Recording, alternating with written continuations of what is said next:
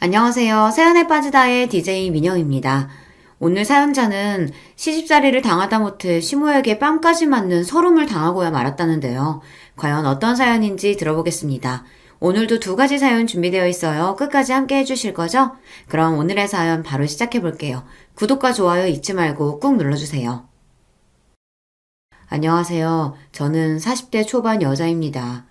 저는 지금의 남편과 1년 연애하고 결혼해서 아들이 하나 있어요.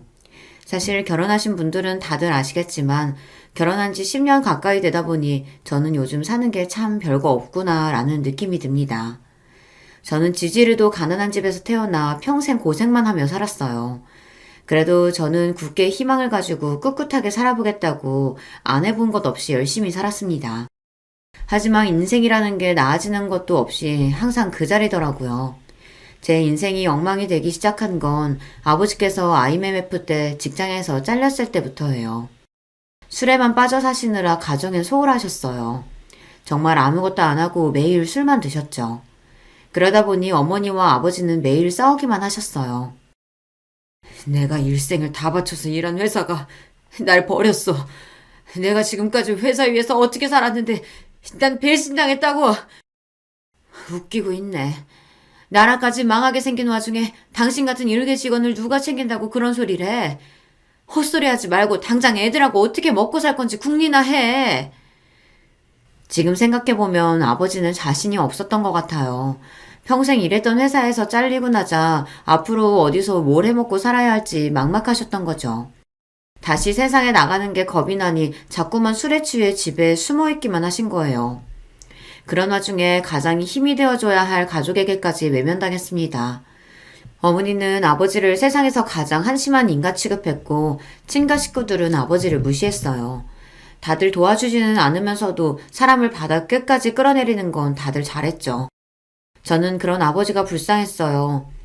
장남으로 태어나 평생 부모님 수발 들고 결혼해서 처자식 건사하겠다고 한 번 쉬지도 않고 열심히 살았는데 그깟 회사 좀 잘렸다고 다들 쓸모없는 인간 취급을 했으니까요.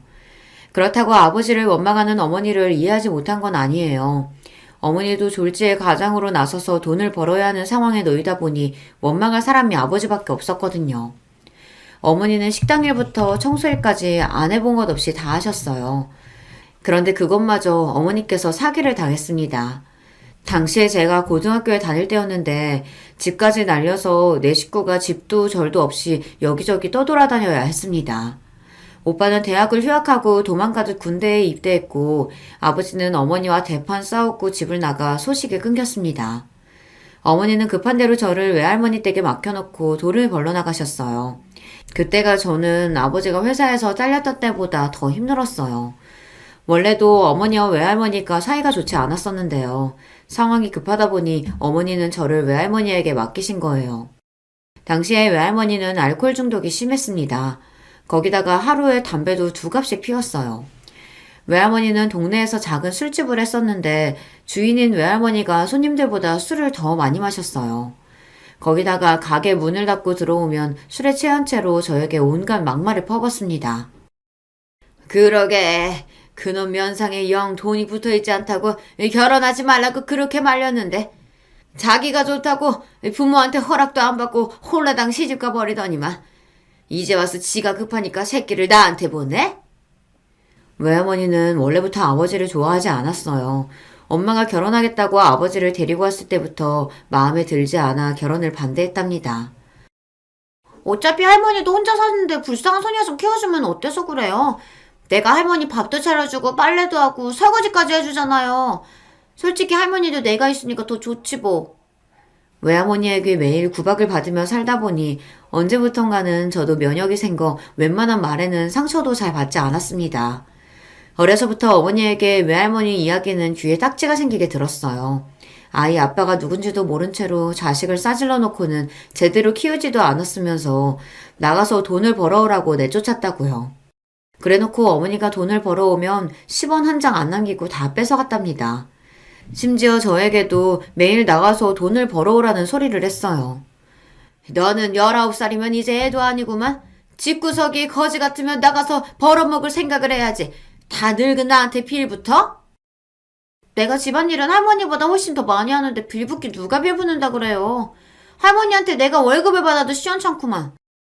뭐야? 2년이 뚫린 입이라고 아무 소리나 짓거리는 것 좀 봐. 앞으로 이 집에서 먹고 자려거든. 너도 나가서 네 생활비 벌어와. 안 그러면 이제 밥도 없어. 외할머니와 함께 사는 건 너무 힘들었어요. 아무리 외할머니라도 그렇지 이런 사람한테 자식인 나를 맡길 정도면 어머니도 상황이 급하긴 한가 보다 싶었습니다. 외할머니가 하도 닥달하는 바람에 저는 고3 때부터 아르바이트를 시작했습니다. 외할머니가 그나마 집에서 밥은 먹게 해줘도 돈은 일절 한 푼도 주지 않았거든요. 덕분에 저는 사회 경험을 일찍이 시작했어요. 더군다나 제가 아르바이트를 받으면 외할머니는 다 뺏어가려고 했습니다. 처음엔 저도 못 모르고 있다가 어느새 보면 외할머니한테 돈을 다 뺏겼어요. 하지만 나중에는 저도 꾀가 생겨서 제가 쓸 돈은 몰래 숨겨두고 나머지만 외할머니에게 줬습니다. 저도 살아야 하니까요. 그러다 제가 20살이 되었을 때 어머니와 아예 연락이 끊겼습니다. 제가 연락을 하면 아예 받지도 않았고 본인이 하고 싶을 때만 1년에 한두 번 연락했어요. 그때 외할머니가 노발대발 난리가 났었습니다. 2년이 남자 만나서 살림 차린 게 분명해. 그게 아니면 돈 벌러 간다는 년이 지금까지 자기 새끼 데리러 안 온다는 게 말이 돼? 으이구, 니년 팔자도 더럽다 더러워. 아비한테 버림받은 것도 모자라서 어미한테도 버림받고 오빠라는 새끼는 연락도 안 되고 졸지에 코와 다 됐다. 외할머니는 입이 참 걸었어요. 저를 걱정해서 하는 말인데도 기분이 나쁘게 들렸죠. 그래도 외할머니와 몇 년 살다 보니 그것도 적응이 돼서 별로 기분 나쁘지도 않았어요. 오히려 외할머니 말대로 내 팔자가 더럽긴 하다 싶었죠. 내가 고아는 무슨 고아야. 할머니가 있는데. 할머니도 나 있으니까 그나마 지금까지 덜 외롭게 살았잖아. 외할머니 앞에서는 항상 대범한 척 했지만 사실 저는 밤만 되면 불안했어요. 정말 이대로 엄마가 나를 데리러 오지 않아서 평생 이 허름한 집에서 외할머니 술 심부름이나 하며 사는 건 아닐까 싶어서요. 하지만 언제나 안 좋은 예감은 딱 들어맞았습니다. 외할머니 말이 맞았어요. 얼마 뒤 외할머니에게 엄마가 연락이 왔는데 어디서 남자를 하나 물었는지 살림을 차렸다고 하더라고요. 이쪽에 어린 자식이 하나 있어서 내가 키워줘야 돼. 그러니까 당분간은 엄마가 연락할 때까지 연락하지 마. 엄마는 참 불친절한 사람이었습니다. 무슨 말만 하면 제가 알아듣게 잘 설명해주는 법이 없었어요. 외할머니네 집에 저를 버리고 갈 때도 돈을 벌어서 온다고만 했지 언제 오겠다, 돈은 얼마씩 보내주겠다 일절 설명이 없었어요. 그런데 역시나 다른 남자가 생겨서 살림을 차렸다는 말도 저에게는 제대로 해준 적도 없으면서 그쪽에 어린 애가 있답니다. 그래서 당분간은 저에게 연락을 못한대요. 오빠랑 나 본인한테 자식이 둘이나 있으면서 자기 속으로 나온 자식은 신경도 안 쓰고 다른 사람 자식을 키워줘야 한다는 말을 저렇게 쉽게 할 수 있는지 이해가 안 됐습니다. 그 아저씨도 이상하다. 어떻게 엄마한테 어린 자식을 맡기지? 뭘 믿고? 뭐 이년아? 너 말 그따위로 할래? 암튼 그 놓친 애한테 애를 맡기는 게 아니었는데 몇 년 같이 있었다고 아주 말버릇도 그대로 닮았어. 나를 낳아준 친부모라고 해도 몇 년을 떨어져 살다 보니 우리가 가족이긴 한가, 정이 남아있긴 한가 싶었어요. 무슨 일을 당해도 무슨 소리를 들어도 더 실망할 것도 없었습니다. 할머니 말대로 팔자가 더러운 저는 부모에게도 버려졌고 형제에게도 버려졌어요. 아버지는 죽었는지 살았는지도 모를 정도로 연락이 두절됐고 돈을 벌어오겠다던 어머니는 1년에 한두 번 전화해서 돈 몇십만 원 붙여주는 게 다였어요. 오빠는 군대에 아예 말뚝을 박아 여기저기 전국을 돌아다니며 군 복무를 하는 것 같더라고요. 그렇다 보니 저에게는 외할머니밖에 없었습니다. 저에게 욕을 하든 술주정을 하든 이제 저에게 남은 사람은 외할머니뿐이었어요. 저는 집안 사정이 그렇다 보니 대학도 못 나오고 바로 취직해서 일을 했습니다. 제가 20대 초반에 외할머니께서 돌아가셨어요. 저는 외할머니가 돌아가실 때까지 그 집에서 같이 살았습니다. 그때까지도 어머니는 저를 데리러 오지 않았으니까요. 심지어 외할머니께서 돌아가시기 전에 간암으로 고생을 하셨는데 그때도 엄마는 한 번을 보러 오지 않았어요. 제가 병원에 모시고 가고 약도 챙겨 먹이고 하는 동안 엄마는 전화 한 통 하지 않았습니다.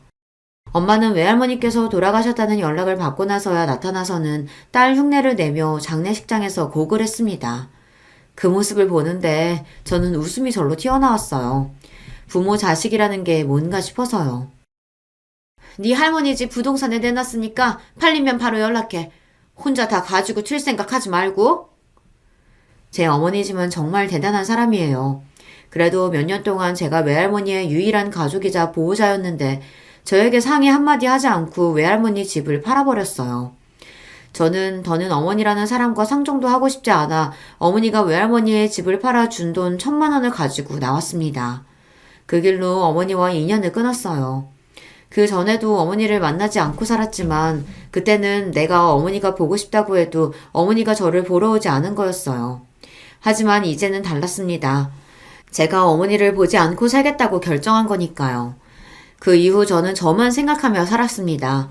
20살에 건설사 사무실 격리로 시작해 10년 가까이 한 직장에서 일했습니다. 회사 회식으로 갔던 나이트에서 남편을 만나 연애하고 결혼까지 하게 됐어요.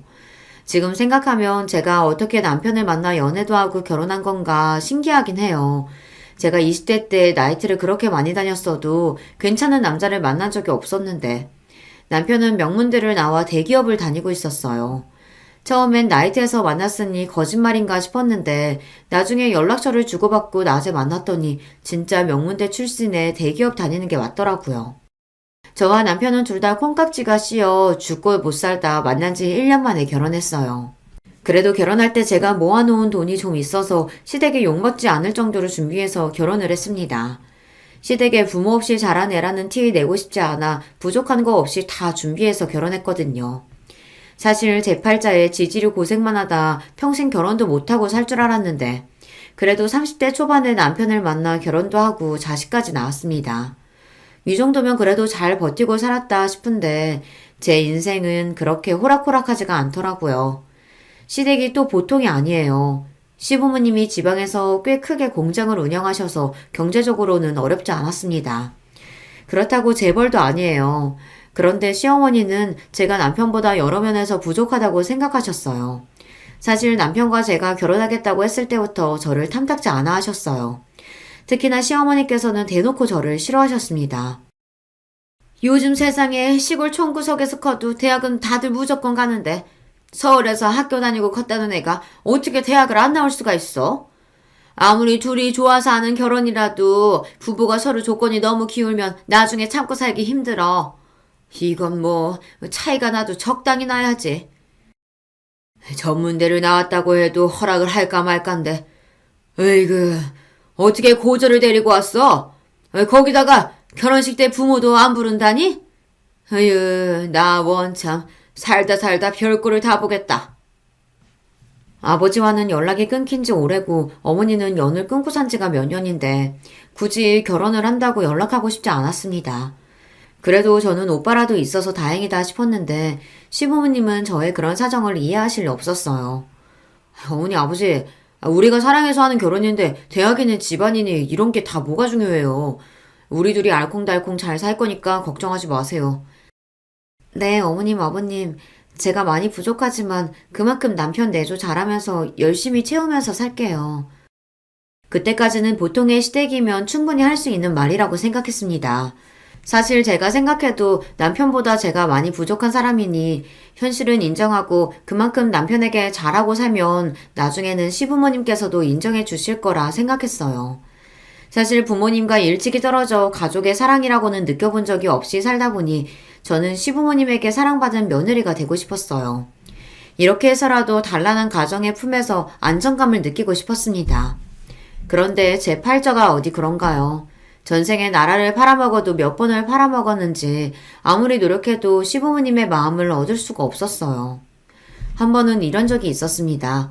시아버지 조카 결혼식이 있어서 시부모님이랑 시누이가 서울에 올라왔어요. 결혼식이 금요일이라 우리 집에 금요일날 오셨다가 다 같이 결혼식에 참석하고 하루 주무시고 토요일날 내려가겠다고 하셨죠. 저는 시부모님 고생하시는 게 싫어서 금요일날 회사 반차를 내고 제가 직접 서울역으로 모시러 갔어요. 집이 서울역에서 좀 거리가 있어서 시누이랑 셋이 오시기 힘들 것 같아서요. 그런데 시부모님은 제가 하는 호의는 뭐든지 당연하다고 생각하셨고 더한 걸 바라기도 하셨어요. 저와 남편이 결혼식 올리고 신혼집에는 처음 오시는 거였는데 집을 보자마자 싫은 소리부터 하셨습니다. 아이고, 서울이라고 좋은 집만 있는 줄 알았더니만 여긴 왜 이렇게 낡고 오래됐냐? 어째 엘리베이터도 없어. 4층까지 언제 올라가? 전세라길래 집이 좀 큰가 보다 했더니만 이건 뭐 월세만도 못하다. 새언니는 20살부터 직장생활을 오래 했다면서 모아놓은 돈이 영 없었나 봐요. 무슨 이런 집을 구했어요? 남편은 회사에서 지원해준 원룸에서 살다가 결혼하면서 제가 살던 빌라로 들어왔어요. 전세이긴 해도 방도 2개 다 크고 거실도 넉넉합니다. 제 나이에 아무런 도움 없이 제 힘으로 서울에서 이 정도 살면 잘 사는 거라고 나름 씩씩하게 살아왔는데 시누이가 그런 식으로 말을 하니 기분이 확 상하더군요. 전세기는 해도 방도 넓고 거실도 커요. 신혼부부 둘이 살기는 딱 좋죠 뭐. 에이, 넓기는 뭐가 넓어요. 난 결혼할 남자가 아파트 안에 오면 절대 안 살 거예요. 아가씨는 아직 취직도 안 했으면서 시집갈 생각부터 하는 거예요? 어머, 얘가 너랑 같니? 우리 막내는 직업 같은 거 없어도 결혼하겠다는 남자들 줄을 서. 시누이는 저보다 고작 1살 어려요. 30대 중반이 다 됐는데 제대로 된 직장 생활도 해본 적 없고 집에서 놀고 있습니다. 그런 주제에 제 앞에서 잘난 척을 해대는 게 재수없어 한마디 했더니 시어머니가 바로 정색을 하시더군요. 그때였어요. 누가 시댁 식구 아니랄까봐 시아버지까지 굳이 한마디 보태시더군요. 오늘 결혼하는 조카놈은 고작 중소기업 다니는데도 글쎄 처가에서 아파트를 해온단다. 에휴, 우리 아들놈은 명문대 나와서 남들은 꿈도 못 꾸는 대기업에 들어가는데도 이런 나이가 빠진 전세나 살고 있으니 나완 참 속상해서. 시아버지는 저를 쏘아보시며 혀까지 끌끌 차셨습니다. 순간 저는 스스로가 비참할 정도로 자존심이 상했어요. 사람을 앞에 두고 저런 소리까지 하실 줄은 몰랐거든요. 거기다가 시어머니는 집안을 여기저기 둘러보시면서 연신 잔소리를 하시더니 침대에 벌러덩 누우며 이내에 뜬금없는 소리를 하셨어요. 아이고, 집이라고 코딱지만 해서 앉을 데도 없네. 나 이제 무릎 아파서 더는 못 내려가니까 새아기 네가 나가서 돈 좀 찾아와라. 축의금하게 100만 원 후딱 찾아와. 저는 오시는 길에 축의금을 안 찾아서 저에게 찾아오라는 소리인 줄 알고 알겠다고 하고 기다렸습니다. 카드든 통장이든 뭐든 주실 것 같아서요. 그런데 가만히 서 있는 저를 보더니 시어머니가 갑자기 호통을 치셨어요. 어머 얘 좀 봐. 너 지금 나더러 축의금 내라고 기다리고 있는 거니? 네가 해온 것도 없이 맨몸으로 들어왔으면은 이런 거라도 네가 알아서 준비해야지. 에휴, 애가 눈치도 없고 센스도 없고. 그때까지도 저는 시어머니께서 무슨 소리를 하시는 건가 싶었어요. 며느리인 제가 시아버지 조카 결혼식에 가는 거야 그렇다 치지만 시부모님 축의금까지 왜 제가 내야 하는 건가 의아했거든요. 저희는 따로 축의금 준비했는데 어머님 아버님이랑 같이 해야 하는 건가요? 저는 정말 몰라서 물어본 겁니다. 저와 남편은 따로 30만 원 축의금을 준비해뒀는데 이걸 시부모님이랑 합쳐서 내라는 이야기인가 싶어서요. 언니 정말 너무 답답하다. 왜 그렇게 말귀를 못 알아들어요?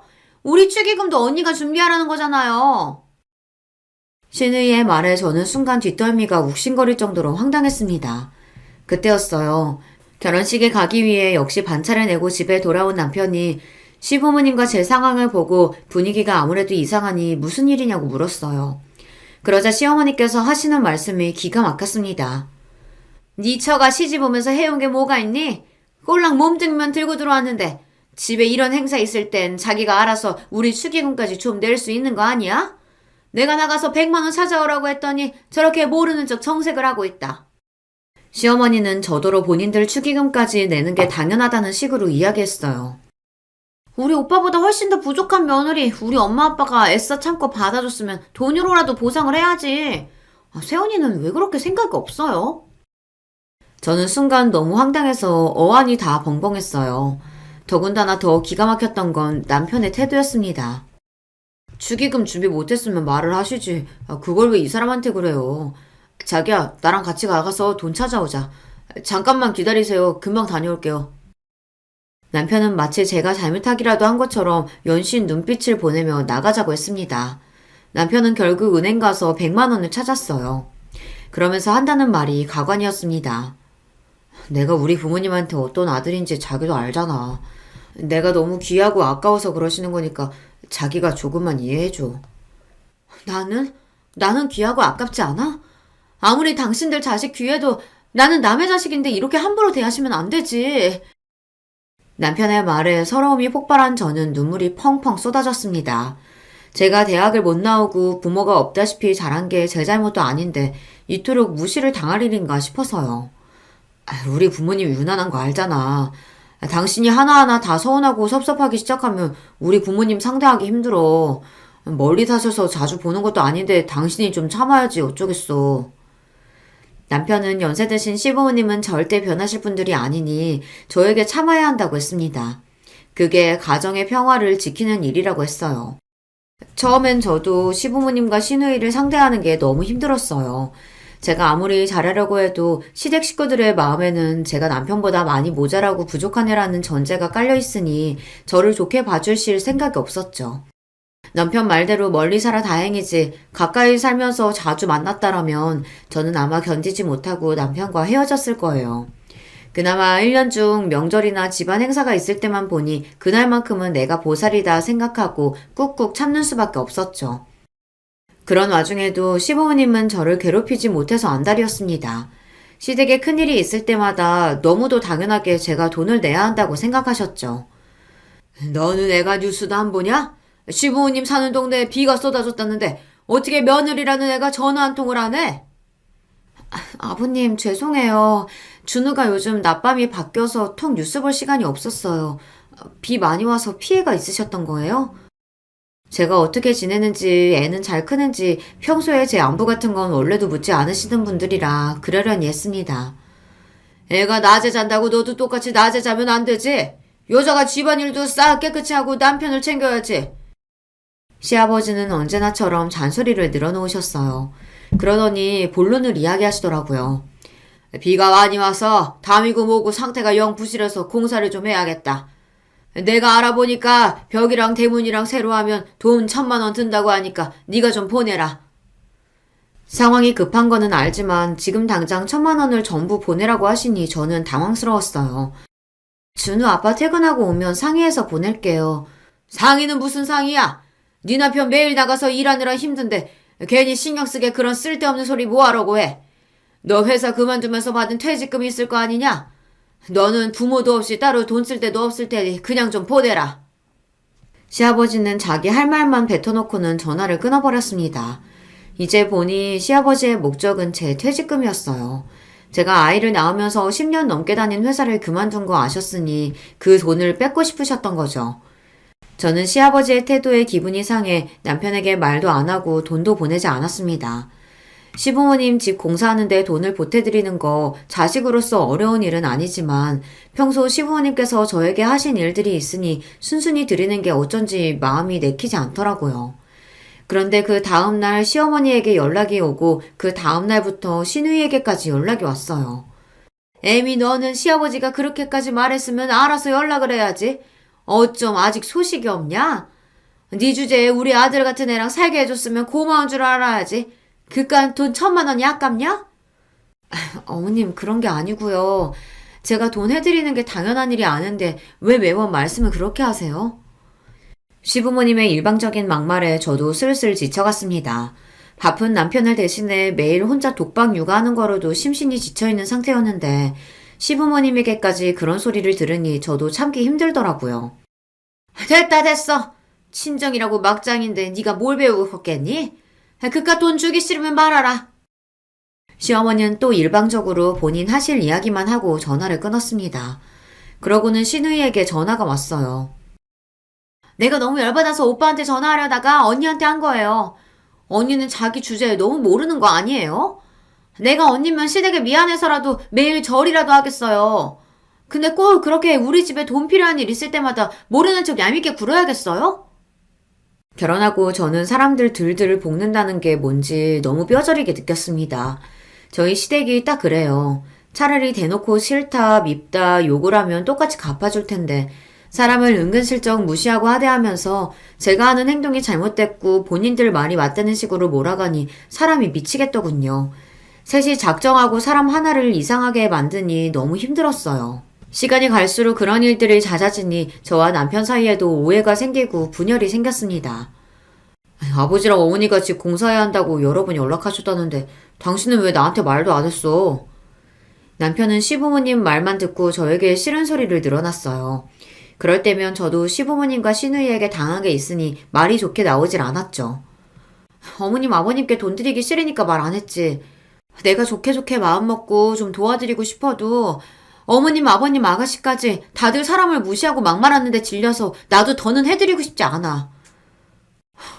알겠어. 나도 중간에서 정말 지친다. 내가 알아서 할 테니까 당신은 신경 꺼. 남편은 싸우는 걸 제일 싫어하는 사람이에요. 그러다 보니 제가 시댁 식구들과 문제가 생기면 언제나 대충 넘어가자는 식이었습니다. 신혼 때랑 똑같아요.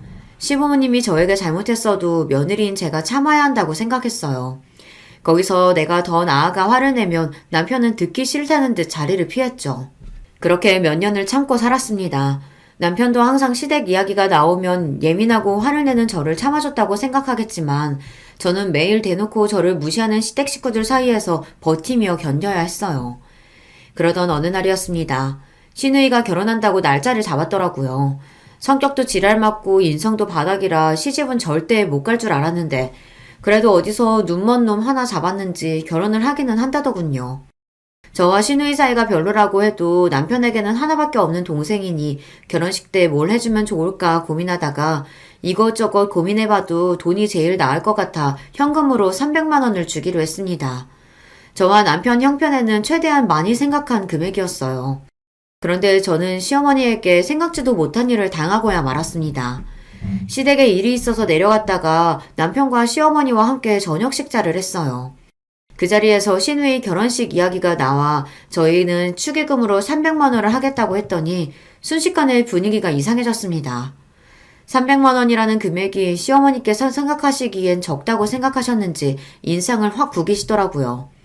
제가 시어머니의 평소 성격을 몰랐다면 그냥 넘겼을 텐데 아무래도 돈 문제에 있어서 예민하신 분이라는 걸 누구보다 잘 알다 보니 설명이 필요할 것 같았어요. 그래서 저와 남편 상황을 말씀드리려고 했습니다. 그런데 그때 제가 말할 새도 없이 시어머니께서 갑자기 자리에서 벌떡 일어나시더니 제게로 다가왔어요. 그리고는 제 뺨을 세게 갈겼습니다. 저는 시어머니의 행동에 놀라서 말문이 턱하고 막혔어요. 옆에 있던 남편도 놀라서 시어머니에게 달려갔습니다. 엄마 미쳤어? 지금 뭐 하는 거야? 내가 내 아들을 아는데 애가 하나뿐인 동생 시집 가는데 절대 300만 원 할 애가 아니다. 네가 신이 돈 주기 싫어서 순지는 우리 아들 꼬셔서 300만 원 하자고 한 거지? 그치? 저는 순간 꿈을 꾸는 줄 알았습니다. 그렇지 않고서야 어떻게 시어머니라는 사람이 며느리 뺨을 때릴 수 있겠어요. 제가 남편과 결혼해 사는 동안 시어머니에게 별의별 소리 다 듣고 살았지만 살다 살다 뺨까지 맞게 될 줄은 정말 상상도 못했습니다. 시어머니는 우리 집 사정도 잘 알지 못하며 300만 원이 적다고 생각했나 봐요. 그 순간 알겠더군요. 제가 가지지 못했던 안정적인 가족이란 평생 노력해도 갖지 못하겠구나. 내 팔자가 원래 이 모양인 거구나 싶었어요. 그렇게 정신을 차리고 보니 더는 이대로는 살 수 없겠다는 결론에 이르더군요. 저는 곧바로 남편에게 다가갔습니다. 그러고는 남편에게 이혼하자고 선언했어요. 나 이런 취급까지 받으면서 더는 당신 아내로 못 살겠어. 우리 이혼해. 제 입에서 이혼이라는 단어가 나오자 시어머니가 기가 차다는 듯 콧방귀를 뀌었어요. 그러더니 한다는 말이 가관이었습니다. 어이씨구, 네 주제에 나한테 뺨 좀 맞았다고 감히 내 아들한테 이혼 소리를 먼저 해? 네가 아주 정신이 나갔구나. 시어머니는 뻔뻔해도 너무 뻔뻔했습니다. 며느리 뺨을 때리고도 미안한 줄을 몰랐어요. 정신 나간 건 어머님이죠. 어떤 미친 시어머니가 며느리 뺨을 때려요. 지금까지 어머님이 저에게 무슨 짓을 해도 우리 아들 생각해서 꾹 참고 살았어요. 그런데 더는 안 되겠어요. 난 무슨 일이 있어도 이혼할 거니까 그런 줄 알아. 저는 남편에게 이혼을 선언하고 식당 문을 박차고 나올 생각이었습니다.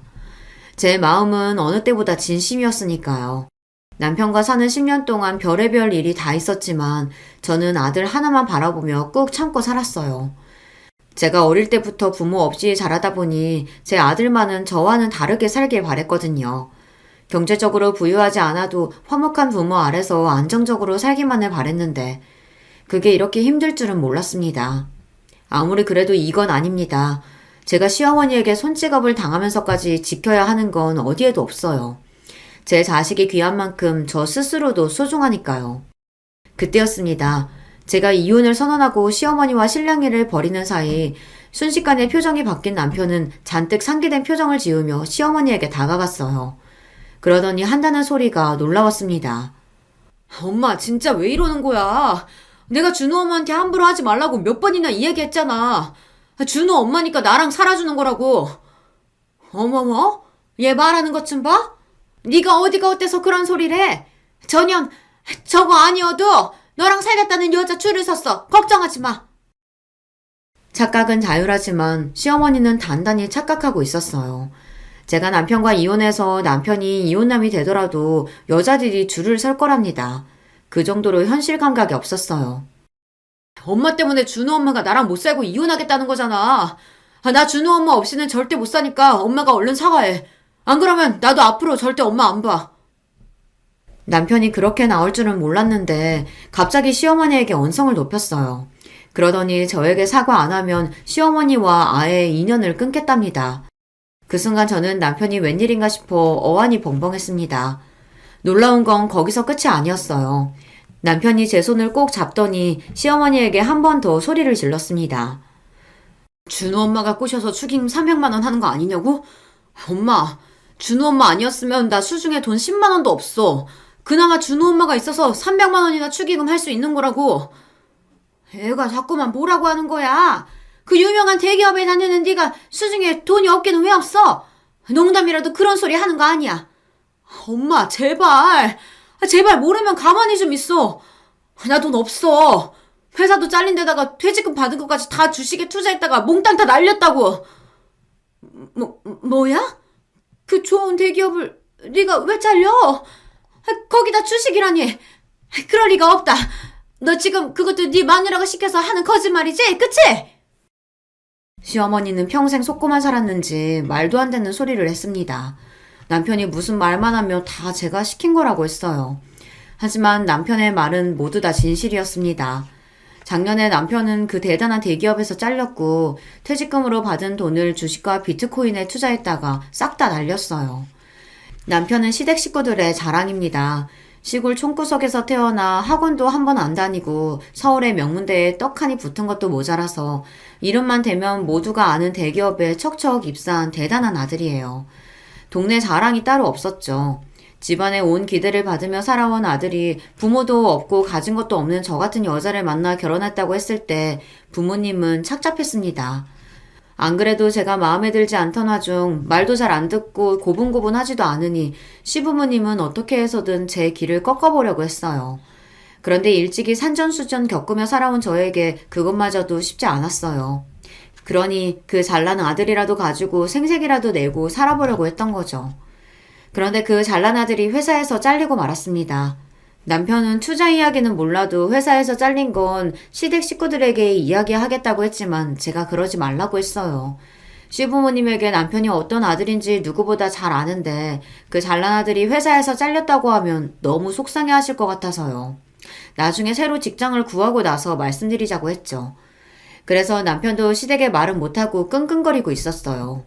사실 저도 처음엔 바로 직장이 구해질 줄 알았는데 생각보다 재취업이 쉽지 않더라고요.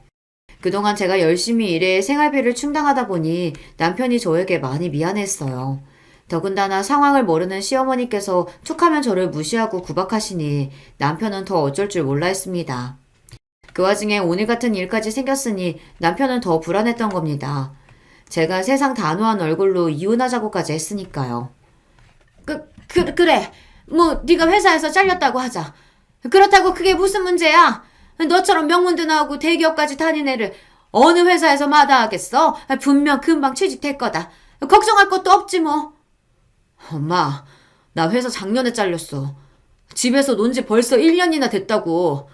그동안 준호 엄마가 나 대신해서 가장 노릇하느라 고생이 많았는데 엄마까지 제발 보태지 좀 마.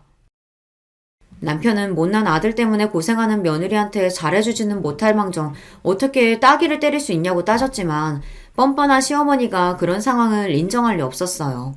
오히려 끝까지 본인은 잘못한 게 없다고 우겼죠. 에미니가 우리 아들 대신해서 몇 달 가장 노릇 좀 했다고 아주 어깨에 힘이 잔뜩 들어갔나 본데 그렇다고 한들 내가 네 뺨 좀 때렸다고 네 주제에 이혼 이야기까지 입에 올리는 건 아니지. 너보다야 내 아들이 100배는 아까운데. 엄마 제발 좀 그만해. 준호 엄마가 나보다 못한 게 뭐가 있다고 자꾸 그래. 누가 봐도 준호 엄마가 나보다 100배는 아까워. 아이씨구 너야말로 멍청하게 무슨 소리 하는 거야? 너는 명문대 나와서 대기업까지 다니데다가 멀쩡히 부모가 둘 다 살아있잖아. 근데 네 마누라 봐라. 고졸인 것도 기가 막혀 죽겠는데 부모라고는 죽었는지 살았는지도 모른다잖아. 어디서 굴러먹다가 왔는지 알게 뭐니? 또 저 소리였습니다. 이쯤 되니 제가 대학도 나오고 부모님도 멀쩡히 옆에 계셨다면 시어머니가 저를 대하는 태도가 달랐을까라는 생각부터 들더라고요. 저는 똑같이 김진하고 똑같이 남편의 아내인데 제가 좀 부족하다고 해서 이런 소리까지 들으며 사는 게 맞는 건가 싶어서요. 시어머니는 어디서 못되게 말하는 법을 배우기라도 하는 건지 말을 밉살맞게 참 잘합니다. 말만 잘하면 뭐해요. 눈치가 없는걸요. 준호 엄마가 부모가 없기는 왜 없어. 준호 엄마 멀쩡히 어머님 아버님 다 계셔. 얼굴 안 보고 산다고 없는 거 아닌데 왜 자꾸 그런 식으로 이야기를 해. 아이고 싸질러 낳기만 한다고 부모니? 자식을 책임지고 키워야 부모지. 저거 봐라. 애가 부모한테 보고 배운 게 없으니 자식도 있는 애가 저렇게 이혼 얘기를 쉽게 하지. 시어머니의 막말에 순간 간신히 붙잡고 있던 이성이 빠지지 끊어지고야 말았습니다. 저는 잔뜩 화가 난 얼굴로 씩씩거리며 시어머니의 코 앞까지 다가갔어요. 어머님은 자식을 그렇게 잘 키워서 딸녀는 평생 직업도 없는 백수로 키우고 아들놈은 돈만 있으면 주식이다 비트코인이다 그렇게 넣어서 다 날려먹는 망나니로 키우셨어요? 뭐? 놈? 너 지금 말 다 했어? 이게 애미애비한테 버려져서 큰 게 불쌍해서 받아줬더니만 너 말 다 했어? 시어머니가 제가 불쌍해서 받아줬다는 소리를 듣는데 정말 기가 막혀서 웃음이 다 나오더군요. 받아주긴 개뿔. 그리고 우리 부모님 나 안 버렸거든? 우리 아버지 아니었으면 우리 지금 이렇게 살지도 못해요. 아버지? 너한테 무슨 아버지가 있다 그래? 너 고아나 다름없는 애잖아. 고아라니 엄마 말 좀 조심해요. 얼마 전에 장인어른께서 우리 찾아오셨어. 그동안 연락 못해서 미안하다고. 준호 엄마랑 연락 못하고 지낸 세월 동안 장인어른이 안 해본 거 없이 고생하시다 자수성가하셔서 글쎄 서울에 건물이 2개나 있대. 이번에 나 회사 잘리고 돈도 다 날려서 전세금 올려줄 돈도 없었는데 장인어른이 바로 주셨다니까? 뭐야? 건물이 2개? 너 그게 사실이야? 정말 너희 장인이 나타났냐고? 남편의 말은 다 사실입니다. 얼마 전 아버지가 제 앞에 나타나셨어요. 저 자식을 버리고 집을 나가버렸던 아버지는 한시도 저와 오빠를 잊은 적이 없답니다. 몰래서라도 돈을 벌어 저희 앞에 나타나겠다고 다짐하셨대요. 그게 20년 가까이 걸리신 거예요. 20년이라는 긴 기간 동안 아버지는 하루도 쉬지 않고 열심히 일했답니다. 공사장, 인테리어 현장, 몸으로 하는 일이란 일은 다 하면서 기술을 배웠대요. 그러다 잘 알게 된 부동산 투자회사 대표와 동업을 해서 성공을 이뤘대요. 그 덕분에 서울 한복판에 건물을 2개나 올렸답니다. 그제야 저와 오빠 앞에 나타날 명분이 생겼다고 생각한 아버지는 수소문을 해서 저와 오빠를 찾아내셨어요. 그래서 얼마 전에 오빠와 남편 그리고 저와 함께 아버지는 오랜만에 만나 회포를 풀었습니다. 당시에 남편이 취직도 안 되고 돈도 다 널려서 형편이 좋지 않을 때였는데 주인이 전세금까지 올려달라고 해서 답답하던 차였어요. 은행에 대출을 알아보러 한창 다닐 때라 아버지와 식사 자리에서도 은행에서 걸려온 전화를 받았었는데요. 제 상황을 알게 된 아버지께서 대출받을 필요 없다고 그 자리에서 바로 돈을 보내주겠다고 하시더라고요. 저는 괜찮다고 제가 알아서 하겠다고 여러 번 이야기했지만 아버지는 더 완강하게 이야기하셨어요. 내가 평생 너희한테 아버지 노릇 못하고 살았는데 이렇게라도 갚을 수 있으니 얼마나 다행이니. 그리고 내가 왜 그동안 그렇게 힘들게 벌어서 건물부터 샀는데 다 지금까지 고생만 하고 산 너희한테 물려주려고 그런 거다. 앞으로는 돈 걱정하지 말고 살아. 이 아버지가 다 알아서 해줄게. 사람이라는 게 참 간사해요. 아버지가 제 앞에 나타나기 전까지는 항상 부모님을 원망하면서 살았는데 시부모님께 구박을 당할 때마다 내가 멀쩡한 부모가 있었다면 이런 취급은 안 받고 살았을 텐데 싶어서 항상 미워하고 원망했습니다. 그런데 몇십 년 만에 나타난 아버지가 번듯하게 사는 모습을 보여주며 앞으로 돈 걱정은 하지 말라고 하시니 어쩐지 마음이 든든하고 한시름 났다라는 느낌마저 들더라고요. 그런 집안 사정을 시어머니에게 이런 식으로 말하려고 했던 건 아니지만 시어머니가 자꾸만 선을 넘으며 몰상식하게 구시니 저도 참을 수가 없었습니다. 그런데 간사하게는 시어머니도 마찬가지였어요. 바로 조금 전까지만 해도 제 주제가 어떻고 하시면서 뺨까지 내리치신 분이 제 아버지 이야기를 듣더니만 순식간에 180도 달라지더라고요. 그런 사정이 있었으면 나한테 말을 하지 그랬어. 우리가 뭐 남인가? 아버지가 건물이 2개나 있으시면 나중에 아들하고 딸한테 하나씩 물려주시겠네. 그치? 사람이 어쩜 저렇게 염치가 없을 수가 있죠. 다른 걸 다 떠나서 사람이 양심이라는 게 있으면 제 앞에서 어떻게 아버지 건물 이야기를 하실 수 있을까 싶었습니다. 애미, 너 아까 이혼 이야기 꺼낸 건 괜히 나랑 네 남편 겁주려고 해본 말이지? 그치? 너희가 왜 이혼을 하니? 우리 준우 생각도 해야지. 시어머니는 정신이 나간 게 분명합니다. 만약 시어머니가 정말로 우리 준우를 생각했다면 그동안 저에게 그렇게 하시면 안 됐어요. 저는 시어머니와 단 1분 1초도 얼굴을 마주보고 싶지 않았습니다. 아니요, 어머니, 진심이에요. 어머님이 제 시어머니인 이상 더는 준우 아빠랑 못 살아요. 제가 뭐가 부족하다고 직업도 없고 돈도 없는 저런 남자랑 살아요. 저 이혼할 거예요. 저는 단호하게 이야기했습니다. 남편과 헤어질 거라고요. 사실 남편이 직장 생활에 불만을 가지고 투덜거리다가 잘리게 됐을 때도 주식과 코인으로 돈을 날렸을 때도 저는 이혼 생각은 해본 적이 없어요. 저희 부모님은 매일 돈 때문에 싸우는 모습을 자식에게 보여주다가 결국은 헤어지셨기 때문에 그게 자식에게 얼마나 아픈 상처인지 알아요. 그렇다 보니 저는 자식에게 저와 똑같은 상처는 주고 싶지 않았습니다. 가족이란 서로에게 힘든 일이 생겼을 때 돕고 의지할 수 있는 존재여야 한다고 생각했으니까요. 그래서 저는 남편에게 힘든 일이 생겼을 때 제가 돕고 의지가 되어주면 된다고 생각했어요. 그렇게 버티고 살다 보면 분명히 좋은 날이 올 거라고 기대했거든요. 그런데 제 기대는 산산이 부서졌습니다. 제가 지난 10년 동안 참고 버티며 살아온 결과가 어머님의 손찌검이었으니까요. 그런데 그 순간 남편이 말도 안 되는 행동을 했어요. 갑자기 제 앞에 무릎을 꿇고 앉았습니다. 여보, 준호 엄마, 제발 그러지 마. 나 당신 없으면 못 살아. 나 결심했어. 나 엄마 버리고 당신한테 갈게. 제발 나 좀 받아줘. 남편의 행동에 저는 기가 막혀 한숨이 절로 튀어나왔습니다. 남편에게 일어나라고 해도 남편은 안 일어나겠다고 우겼어요. 본인 부모와 지금 당장 연을 끊을 테니 이혼만은 하지 말아달라고요. 그 순간 더 충격적인 일이 일어났습니다. 남편의 행동에 기가 막히다는 듯 남편을 쏘아보던 시어머니가 갑자기 누나를 굴리더군요. 그러더니 남편 옆으로 다가간 시어머니가 본인도 무릎을 꿇었어요. 아이고 애미야, 내가 잘못했다. 내가 못 배우고 무식해서 너한테 절대 하면 안 되는 행동을 했어. 네가 너무 딸 같고 편하니까 그런 거지. 설마 내가 진심으로 무시해서 그랬겠어? 가족끼리는 원래 다 그러면서 친해지는 거야.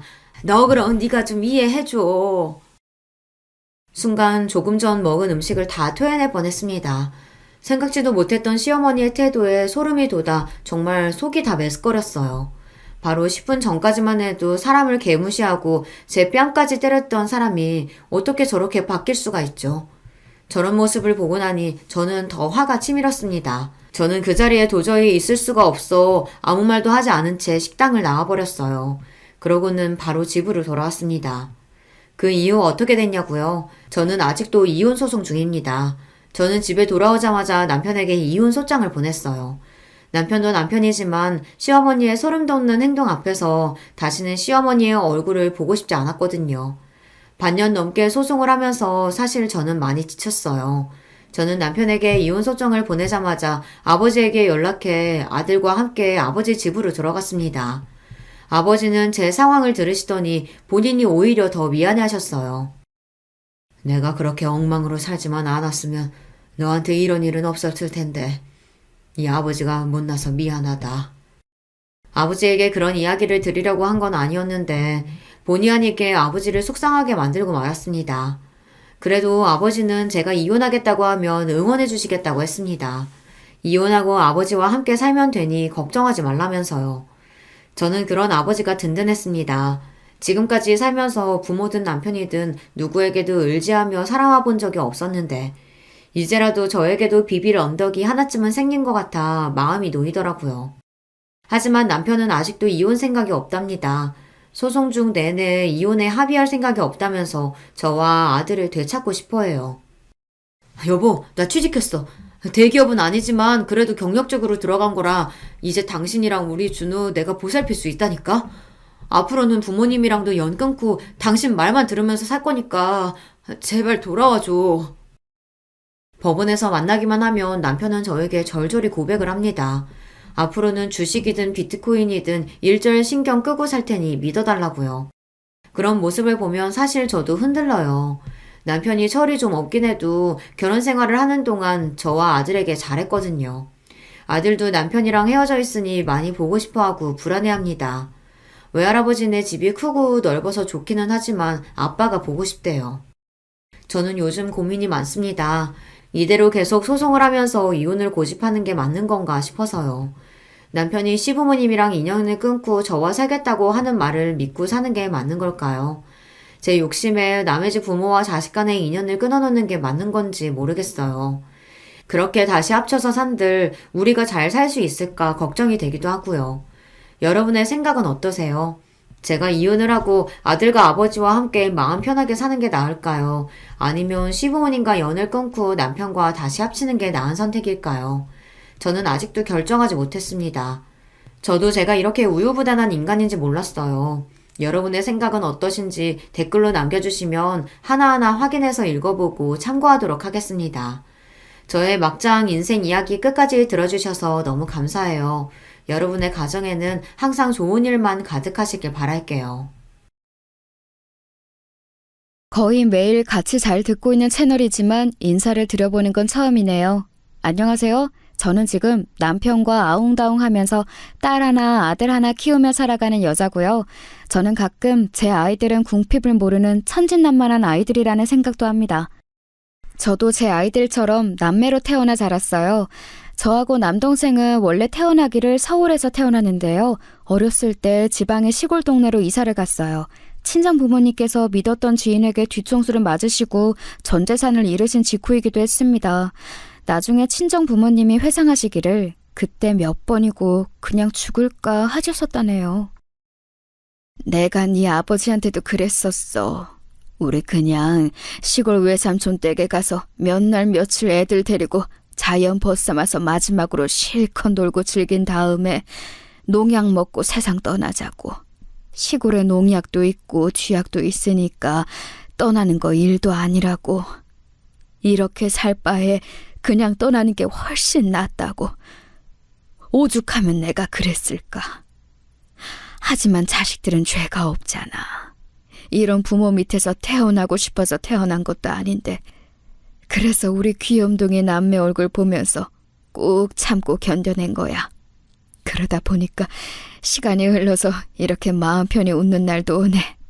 쥐구멍에도 볕들 날이 있다는 게 헛소리는 아니었나 봐. 세상을 원망할 시간도 없었다고 친정 부모님께서 그러셨어요.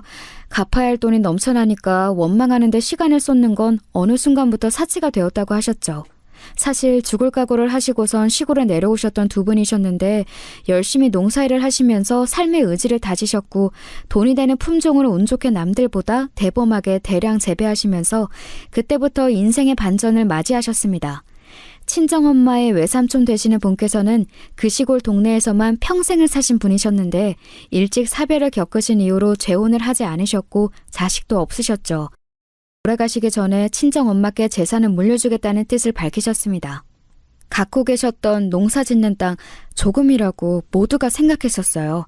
그런데 알고 보니까 옆 지역에 따로 땅을 가지고 계셨던 거예요. 말씀을 안 하셔서 아무도 그때까지 몰랐습니다. 저희 가족의 몫이 된 그 땅은 몇 년 후 개발이라는 수지를 맞이하여 엄청난 재산을 저희에게 선사해 주었고요.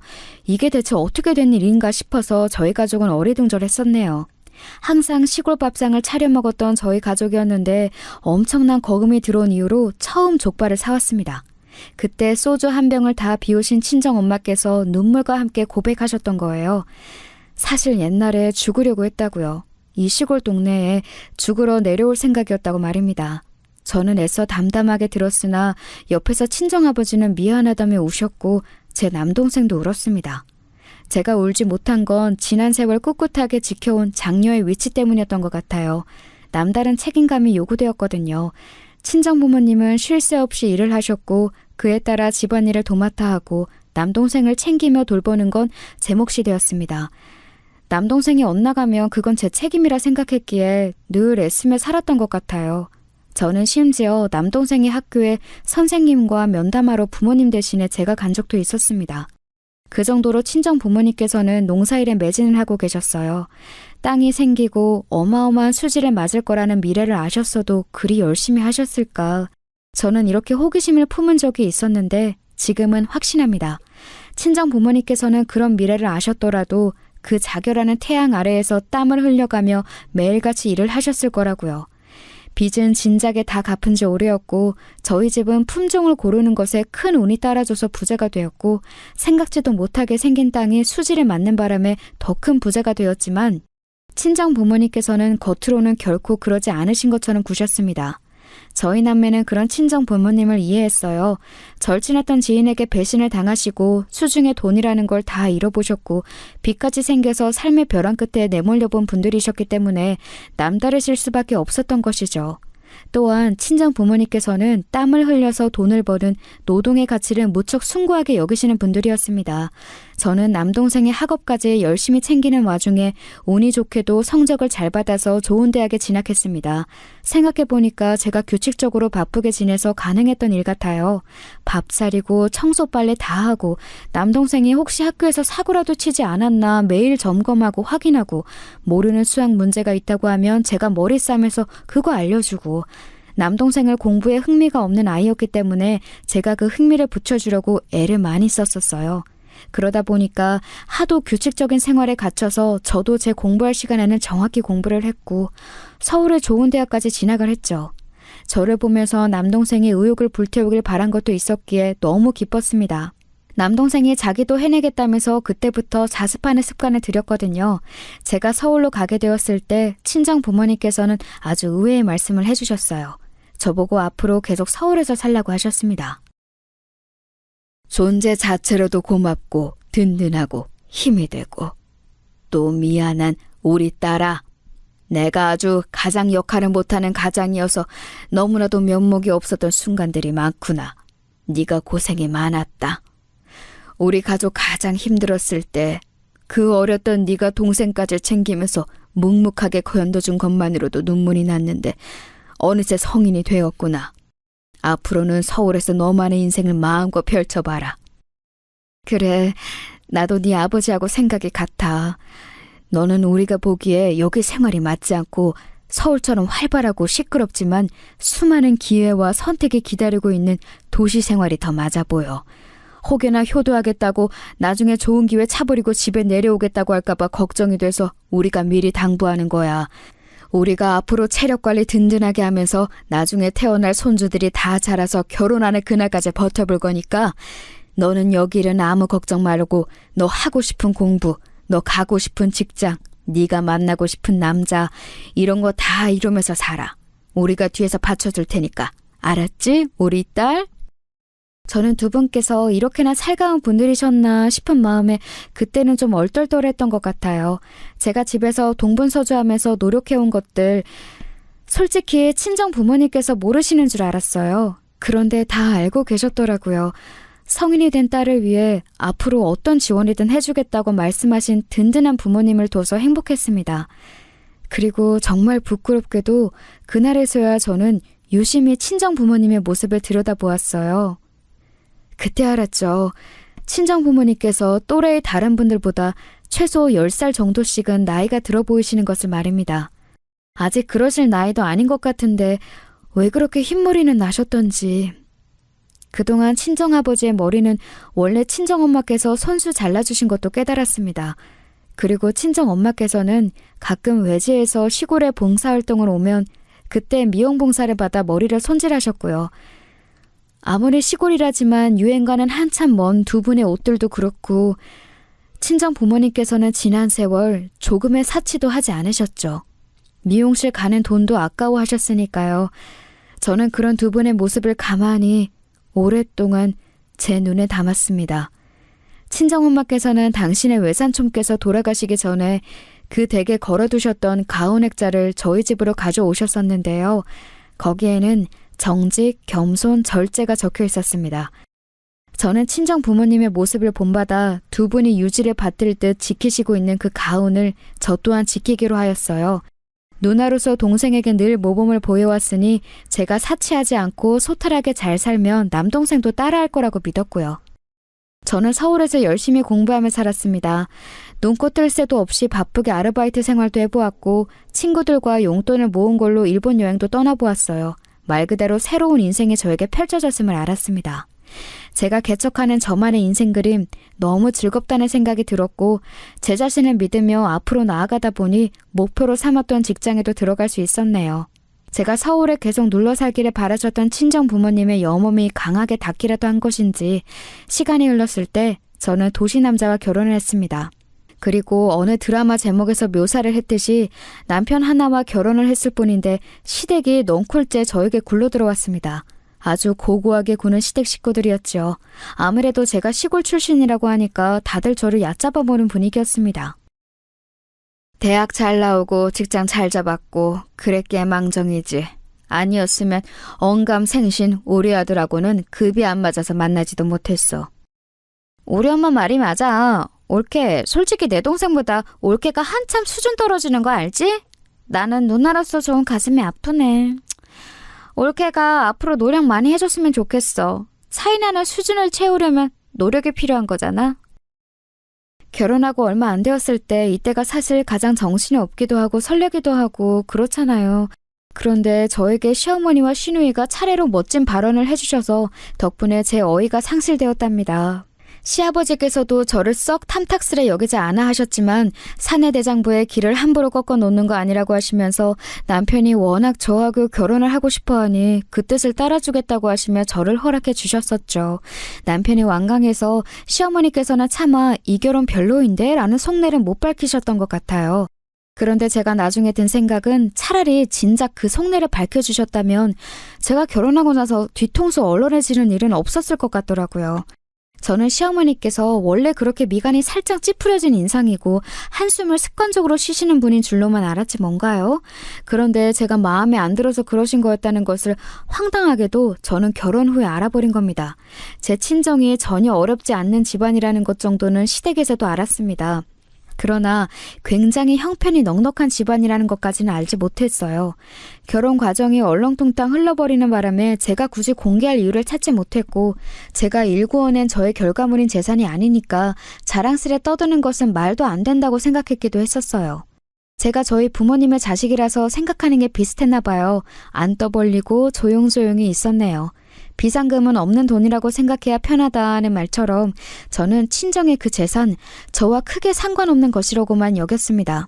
그거 없이도 결혼하는데 아무 지장 없었고요.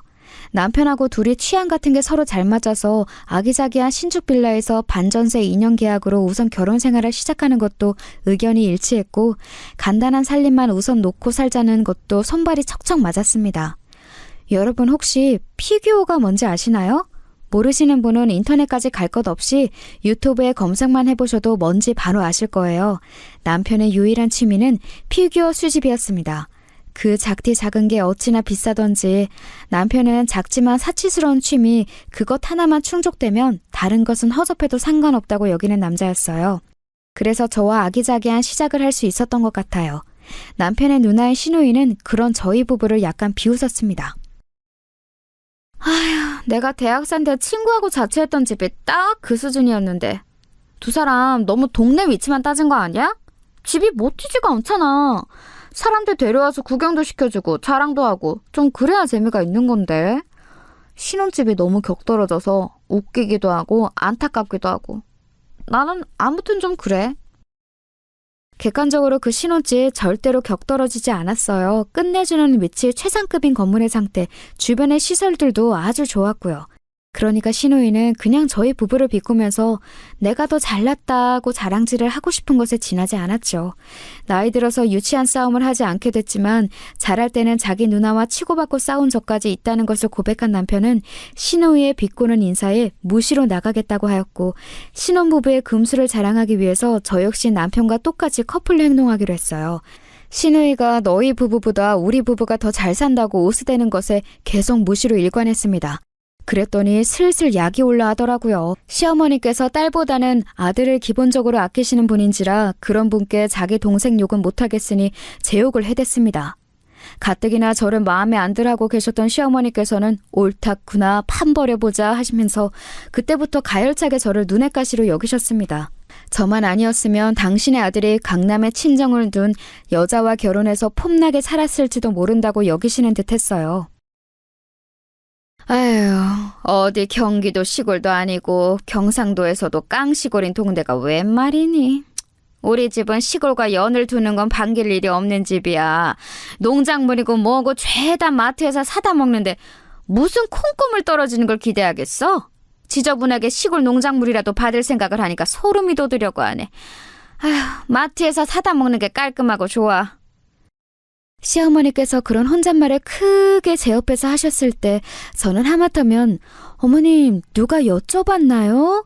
라고 외칠 뻔했습니다. 아무도 안 궁금해한 내용을 혼자 떠드시는 저희가 무엇인지 굳이 알고 싶지는 않았네요. 저는 남편과 깨를 볶는 신혼생활을 하고 있었으므로 주말에 불려간 시댁에서 고된 설거지에 당첨돼도 별로 불만은 없었네요. 남편은 처음부터 계속 요지부동 오로지 저희 편이었으니까요. 남편이 저에게 제발 결혼해달라며 졸라댄 것은 저를 얕잡아보는 이인조, 시어머니와 시누이도 차마 부정 못하는 사실이었습니다. 참고로 남편은 서울 토박이에요. 저하고 연애할 때 부산은 시골 아니야? 라고 했다가 저에게 등짝을 맞은 적이 있습니다. 그래서 제가 남편을 데리고 부산 여행을 갔었죠. 해운대를 직접 가보니 너무 즐거워하던 남편을 데리고 대구에 가서 각종 먹거리들도 맛보여 주었고요. 어느 때에는 전라도에 내려가서 멋들어진 자연 관광지를 쫙 돌았습니다. 그랬더니 지방 여행에 남편이 눈이 확 트인 거예요. 모르고 살았는데 나는 이런 거를 너무 좋아하는 것 같아. 너랑 살면서 평생 이런저런 곳 구경하고 놀러다니면서 살고 싶어. 어느 날 남편이 유독 수줍은 기색으로 저에게 그런 말을 했을 때 처음 알았었죠. 이 남자가 저와 결혼을 하고 싶어 한다는 건 말입니다. 제가 명색의 시골 출신이기 때문에 남다르기는 했습니다. 남편의 길을 걷다가 와, 로즈마리가 있네? 허브가 길가에 막 놀렸어. 이랬을 때 제가 알려주었죠. 자기야, 그건 쑥이야. 냄새를 맡아보면 알잖아. 그랬더니 남편이 화들짝 놀라더군요. 어느 날은 해산 분홍 색감의 꽃을 보면서 색이 신비롭다. 이런 특이한 꽃은 이름이 뭘까? 라고 하길래 제가 고민하다 정답을 알려주었습니다. 자기야, 그거 장미야. 장미가 빨간 장미, 흰 장미만 있는 게 아니라서 그런 것도 장미과에 속해. 그때 남편의 눈이 튀어나오려고 했었죠. 그 정도로 남편은 자연이라든지 아무튼 그런 것에 문외한이었어요. 저하고 다니는 걸 무척 즐거워한 이유였죠. 남편은 멀리 여행이라고 해봤자 학교 방학 때 자기 사촌들이 살고 있는 독일에 다녀오는 게 전부였고 군대 가기 전에 미국 여행을 2주 다녀온 게 큰일이라고 했습니다. 아, 독일에 친척 좀 산다는 것이 시댁의 주된 자랑거리이기도 했네요. 남편은 계속 공부만 하느라 바쁜 인생을 살아온 사람이었어요.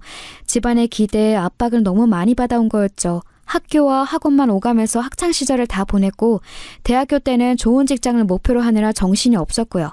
집안에 대들보인 아들이 해내야 한다고 시부모님께서 하도 그러셔서 남편은 그것에만 집중하며 살아왔다고 합니다. 괜찮은 직장에 들어가서 자리를 잡고 나니까 내 인생은 뭘까? 이 다음에는 이제 뭘 해야 할까 고민이 되었고 그때 저를 만나면서 인생의 활력을 새로 찾은 거였어요. 남편이 결혼만큼은 자기 뜻대로 꼭 밀어붙인 게 그 때문이었고요. 결혼 후에 저를 여러모로 못마땅해 하시는 심정을 드러내신 시어머니께서는 어느 날 제 학력을 가지고도 걸고 넘어지셨는데요. 그건 제 학력이 부족해서가 아니었습니다. 너를 보면 시골은 확실히 대학 가기가 쉽고 유리한 것 같구나. 네가 어떻게 우리 아들하고 같은 대학을 갈 수가 있었을까? 그게 다 시골 전형인지 뭔지 하는 게 있어서야. 네? 어머님, 저는 오빠하고 같은 대학 안 나왔는데요. 뭔가 잘못 아신 것 같아요. 나도 알아. 다른 대학이긴 한데 수준이 같으니까 그냥 그렇게 말을 한 거야. 대학에 급이란 게 있잖니? 그 급이 같으니까. 굳이 급이라는 걸 따지신다면 제가 졸업한 대학이 더 급이 높은데요. 하늘 밑에 땅이 있는 법이잖아요. 우리나라 3대 명문 서울대, 고려대, 연세대를 묶어서 스카이라고 하죠. 스카이는 하늘이라는 뜻이니까 제가 그렇게 슬쩍 비유를 한 겁니다. 저는 스카이를 나왔지만 남편은 아니라는 거였어요. 그러자 비유를 알아대신 시어머니께서 얼굴이 막 빨개지셨습니다. 불러온 시댁에서 저는 대파다발을 손질 중이었는데 시어머니께서 대파 한 대를 들어서 그걸로 제 머리를 치셨어요. 이 머리통, 분명히 우리 아들보다 못한 게 들어있을 텐데. 그래야 하는데 왜 시골 촌구석에서 학원도 하나도 안 다녔는데 우리 아들보다 좋은 대학을 가고 난리야? 갑자기 대파로 머리를 맞은 저는 하나도 아프지는 않았지만 기분은 나빴죠. 그러나 시어머니께서 잔뜩 약이 오르신 얼굴을 하고 계셨기 때문에 저는 따지지 않고 그냥 가만히 있었습니다. 사실 하늘 밑에 땅이라는 비유도 참고 가만히 있을 수 있었는데요. 저를 얕잡아 보시는 게 너무 속이 상했던 나머지 입에서 막 튀어나가 버린 것이었네요. 어쨌든 대파로 맞고도 가만히 참았건만 시어머니께서는 그날 이후로 저를 야근년이라고 하셨습니다. 저에게 대놓고 그리 부르지는 않으셨지만 제가 그걸 어떻게 알았는가 하면 시누이가 말해줘서 알았습니다. 우리 엄마가 옳게 보고 자꾸 야근년이라고 하면서 말씀을 하시는데 내가 다 미안해 옳게. 우리 엄마가 좀 기분 파여서 그래. 기분 풀어지면 다시 호칭 원상복구 될 테니까 걱정하지 마. 맞다. 원래 호칭은 근데 뭐였지? 야근년 말고 시골년? 이거였나? 네. 형님은 저에게 별걸 다 알려주시네요. 친근감의 표시라고 생각하고 좋게 받아들일게요. 당연히 좋게 받아들여야지. 나쁘게 받아들인다는 선택지도 있었던 거야? 옳게 시골 순박한 여자인 줄 알았는데 우리 엄마의 눈썰미대로 야근년이 맞나 봐. 황당하게 얄미운 소리를 하면서 사람 속을 긁어놓는 시누이는 저와 처음 보는 자리에서도 범상치 않은 면모를 보인 바 있는 사람이었습니다. 그때 저에게 했던 말이 뭐였더라? 자기는 백화점 말고 다른 곳에서도 쇼핑이 가능하다는 걸 안 지 몇 년 안 되었다고 했던가? 뭐 대충 그런 소리를 하면서 저보고 시골에도 선크림이 있는 건지 살이 별로 안 탄 것 같다고 했었죠. 제가 대학을 서울로 와서 그 이후로 계속 주로 서울에 살았건만 웬 시골 선크림 이야기인가요? 백화점 말고 다른 데가 있는 줄 몰랐다는 건 자기가 우물안 개구리라고 광고하는 꼴처럼 보였습니다. 너무 기가 막혔는데 그게 다 의스대는 것이라는 것을 알고는 그냥 적당히 맞춰줬습니다. 자기는 서울도시 깍쟁이 여자이고 없이 살아온 적 없는 집 자식이고 결혼 잘해서 돈 잘 버는 남편 둔 사람이라는 걸 저에게 과시하고 싶어 했어요. 시누이의 남편, 그러니까 제 시매부는 장사를 하는 사람이었습니다. 당시에 젊은 사람들에게 엄청 인기 많았던 카페, 그리고 일본식 덮밥 식당을 동시에 운영하는 수완 있는 사업가로 볼 수 있었죠. 카페와 식당이 한 건물에 있었기 때문에 가게들의 상황을 면밀히 체크하면서 시매부가 관리를 잘했습니다. 기본적으로 그 건물 위치가 서울 강남 한복판이라는 게 엄청났고요.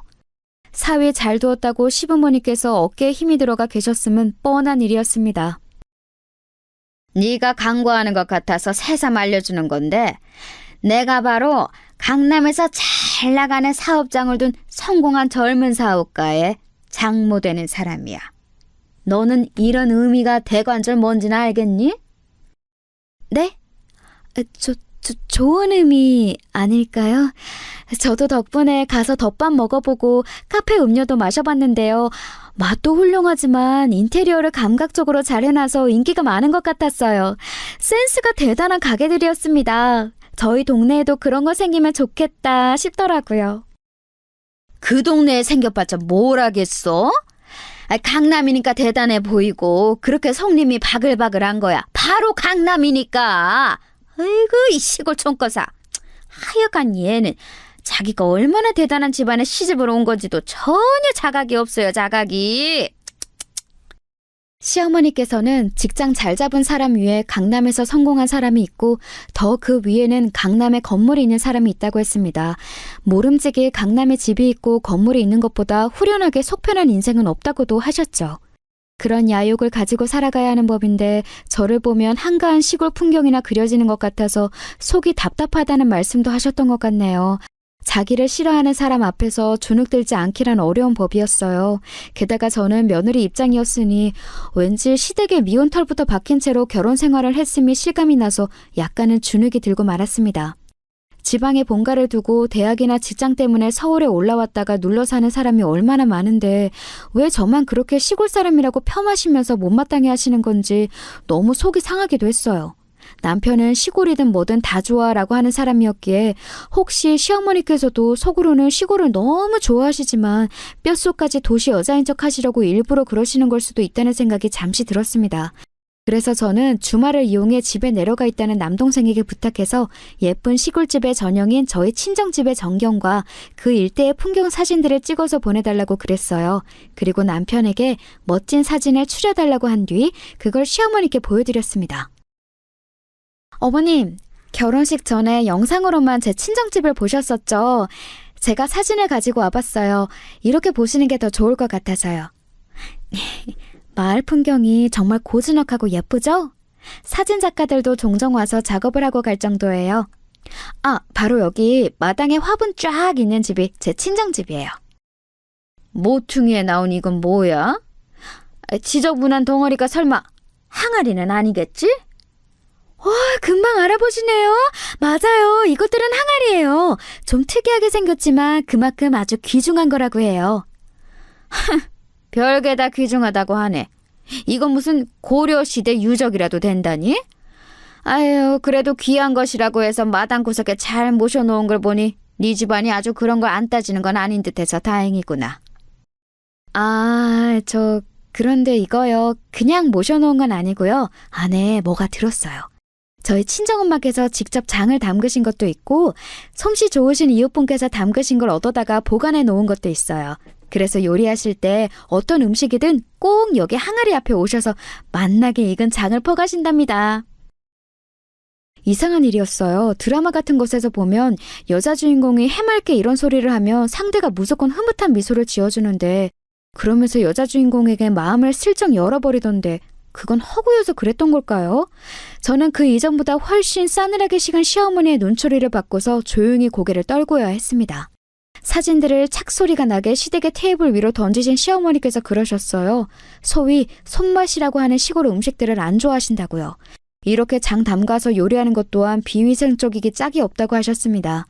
이러다가 제가 남편이 밥상에 비위생적인 시골 음식을 올린다고 트집까지 잡으실까 봐서 저는 얼른 자리를 떠버렸어요. 시어머니의 발언이 너무 저에게 상처를 주는 것이었다는 걸 깨달은 건 집에 온 이후였네요.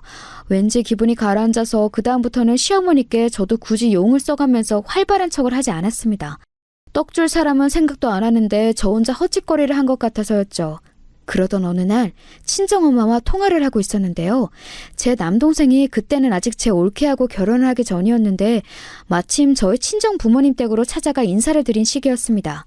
시골 동네 근처로 드라이브도 할 겸 데이트를 나왔다가 친정 부모님 댁에 겸사겸사 들리게 됐다고 남동생과 올케가 그때 그런 핑계를 댔었다네요. 그러면서 은근히 친정 부모님께 올케가 눈도장을 찍고 인사를 드렸던 거예요. 참고로 올케는 충청도와 아주 가까운 경기도 남부에서 태어나 평생을 살아온 그쪽 토박이었습니다. 한적한 지역에서 살아온 사람이라 그런가 사람이 아주 유순하고 융통성 있고 약간의 넉살도 있고 좀 그런 편이었어요. 친정 부모님은 남동생과 올케에게 당연히 왔는데 그냥 갈 수는 없다면서 밥이라도 한술 뜨고 가라며 얼른 집에 있던 반찬하고 밥상을 차려주셨는데요. 올케가 이때 밥을 정말 맛있게 잘 먹었었나 봐요. 시골에서 직접 길러서 만든 반찬은 돈 주고 못 사 먹는다는 말을 하면서 밥을 잘 먹었는데 그 모습을 보면서 친정엄마께서는 가슴 뭉클하셨다고 합니다. 보면서 우리 딸도 밥을 이렇게 잘 먹는데 야무지게 밥 먹는 모습 보고 싶어서라도 우리 딸을 얼른 봤으면 싶네 이런 생각이 들더라. 그리고 우리 사위한테 내가 그동안 제대로 밥 한번 차려내오지 못한 것 같아서 얼마나 속으로 민망스럽던지. 아침부터 밤까지 할 일 많은 시골 사람이라는 핑계를 대고 내가 그간 소홀하고 게을렀었던 것 같아서 나 은근히 반성이 들었어. 에이, 엄마, 뭔 또 그런 소리를 하고 그러세요. 아니에요. 엄마는 절대로 소홀하신 적도 게으르셨던 적도 없어요. 동네 사람 아무나 자꾸 물어보세요. 엄마만큼 하나부터 열까지 안 놓치고 다 챙기는 사람이 또 있는지. 하여간 우리 딸, 지 엄마 의기소침하기라도 할까 봐서 득달같이 편을 들어주네. 고마워. 저기 그런데 있잖아. 너는 워낙 손끝이 야무지고 네 동생 끼들을 하도 잘 챙겨온 애라서 내가 네 남편 밥 먹는 것도 알아서 잘 살펴볼 애인데 우리 사돈부분께서는 그러고 사실까 싶어서 내가 궁금하고 염려가 되더라. 엄마, 요새는 마트에서 반찬도 잘 나오잖아요. 어머님, 아버님은 내가 보니까 주로 그런 걸 잘 사다 드시고 또 좋아하시는 것 같더라고요.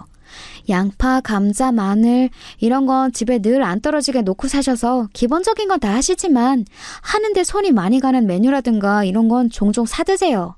마트에서 이제는 그런 거 배달도 해요. 엄마, 세상 이렇게 좋아진 거 모르셨죠? 그런 것도 다 배달을 해? 아이고야, 너무 좋아져도 나는 무섭다 얘. 그리고 그런 공장에서 만든 것들이 정말 좋아서 드시겠니? 꼭 그런 의미는 아닐 거야. 저는 직접 시댁을 겪어오면서 살고 있는 사람이니까 친정 엄마의 말씀에 그거야말로 아니에요 라고 말을 하고 싶었으나 너무 오버하는 것 같아서 그냥 웃어 넘겼습니다. 시아버지께서는 공사 다망하신 분이라서 식사를 밖에서 해결하실 때가 종종 있었고 시어머니께서는 원체 입이 짧으신 분이에요. 심해부의 카페, 식당 이런 걸 높이 평가하시며 무척 자랑을 하시지만 정작 거기 가셔서는 별로 드시지도 않을 정도이죠. 신호에는 몸매 관리를 해야 한다며 먹는 것에 꽤 예민하게 구는 사람이었습니다. 여자라면 365일 다이어트를 하는 게 당연하다고 그랬어요. 제가 남편하고 가끔 출출한 밤이면 온갖 생채소와 나물 반찬 때려 넣고 비빔밥을 해먹는다고 말을 했을 때 마치 무슨 원시인들 보듯이 저희 부부를 쳐다보기까지 했었네요. 내 동생은 남자니까 그렇다 치고 옳게 그렇게 살다가 어느 순간 훅 가는 거야. 어느 날 갑자기 살이 확 쪄 있겠지. 그때가 되면 먹는 양을 조절해도 이제 살이 안 빠진다? 나이 드는 무서움을 옳게는 모르네. 시골 사람이라서 세련되게 미래를 준비하는 법도 전혀 모르는 건지 뭔지. 제가 시골 사람인 거하고 잘 먹는 거하고 무슨 상관이 있어요? 저는 제 친정에서 가끔 보내주시는 직접 키운 농작물을 배부르게 양껏 잘 먹으면서 사는데 한 번도 살이 찔 걱정은 안 해봤습니다. 건강한 시골 밥상 위주로 먹어서 그런 건가 봐요. 형님은 도시 사람이라서 이렇게 드실 생각은 못 하셨나 보네요. 뭐야? 말 싸가지 없게 하는 것 봐? 옳게 지금 어디서 눈을 부릅뜨고 말대꾸를 따박따박 하는 거야? 옳게는 윗사람이 우스워 보여? 자기는 맨날 저한테 오만 소리 다 해대고 비꼬는 게 특기이면서 밝힌 지렁이가 한 번 꿈틀한 것 가지고 엄청 화를 내더라고요. 신호의 태도에 기분이 나빴지만 남편이 얼른 제 편을 들어줘서 금세 어깨가 펴졌습니다. 남편은 신호이를 향해 제발 부탁인데 남 상관 말고 본인 인생이나 잘 챙겨라고 시원한 소리를 해줬지요. 그 말이 맞았습니다. 남편은 자기 누나의 일에 일절 관심이 없었는데 자꾸 신우이만 자기 동생 부부에게 참견 중이었으니까요. 모전 여전인 것인지 신우이도 시어머니처럼 민망해지니까 얼굴이 아주 시뻘겋게 달아오르더군요. 목까지 빨개져서 저희 부부를 쏘아봤어요. 특히 저를요. 누구는 남편 없는 줄 알아? 내 남편이 더 잘났어. 얼마나 잘 나가고 있는 사람인지 옳게도 너무 잘 알지? 아, 네, 잘 알죠. 잘 알고 말고요. 뛰어나고 멋진 배우자와 백년해로 하시기를 기도해 드릴게요. 저는 떨떠름하게 대처를 할 따름이었습니다. 자기 남편의 대단함이 무시당하는 것만큼 신우이가 자존심 상해하는 것은 또 없었죠. 제가 시큰둥해하자 신우이는 짜증을 내며 자리를 아예 떠버렸습니다. 신우이는 얼굴도 예쁘장하고 공부도 꽤 해서 대학을 괜찮은 곳으로 나왔어요. 강박적으로 다이어트를 해서 몸매도 호리호리했고요. 자기 만족을 하면서 잘 살면 될 인물인데 자꾸만 남에게서 인정을 받으려는 게 문제로 보였네요. 너보다 내가 잘났어 라는 걸 끊임없이 확인받지 않으면 자기 존재 가치가 떨어진다고 믿는 모양이었습니다. 심해부가 집안이 좋은 건 아니지만 과감하게 강남에서 자기 가게를 시작해볼 엄두 배짱은 있는 분이셨고요. 강남처럼 가게의 입지를 럭셔리하게 키우기 좋은 곳은 없다고 본 것도 심해부의 날카로운 판단력이었을 겁니다. 자기 능력으로 성공하는 남자와 결혼한 것을 시누이는 무척 자랑스러워했어요. 시부모님의 기대와 관심을 한몸에 받고 살아온 건 남편 쪽이었죠. 그래서 시누이는 더 사랑받고 더 인정받고 싶다는 욕구를 키워온 것 같았네요. 대학 입시에 조금 미끄러진 시누이는 대학 재학 때 약간 풀이 죽었었고 대기업 입사도 결국 미끄러졌을 때는 망연자실했다고 합니다.